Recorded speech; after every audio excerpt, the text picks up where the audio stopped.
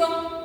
Na unapomhubiri Kristo huwezi kumtenganisha na kufa kwake, kufufuka kwake na kwamba atarudi.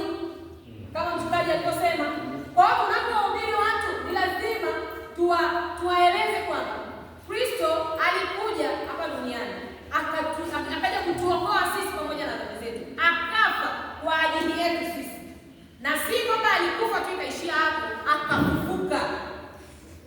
Na si kwamba tu amefufuka imeishia hapo, atarudi kuja kutuchukua. Kuna hukumu ya mwisho. Na hiyo hukumu ya mwisho ni pale Kristo sasa atakapokuja kuchukua wale walio wake.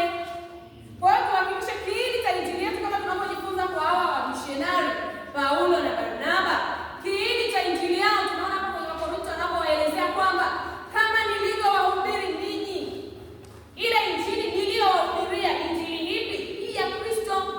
Kwamba kumbe kitu ambacho walikuwa wanawahubiria kule Galatia walipokuwa wakienda, hawakuacha kiini cha injili yao.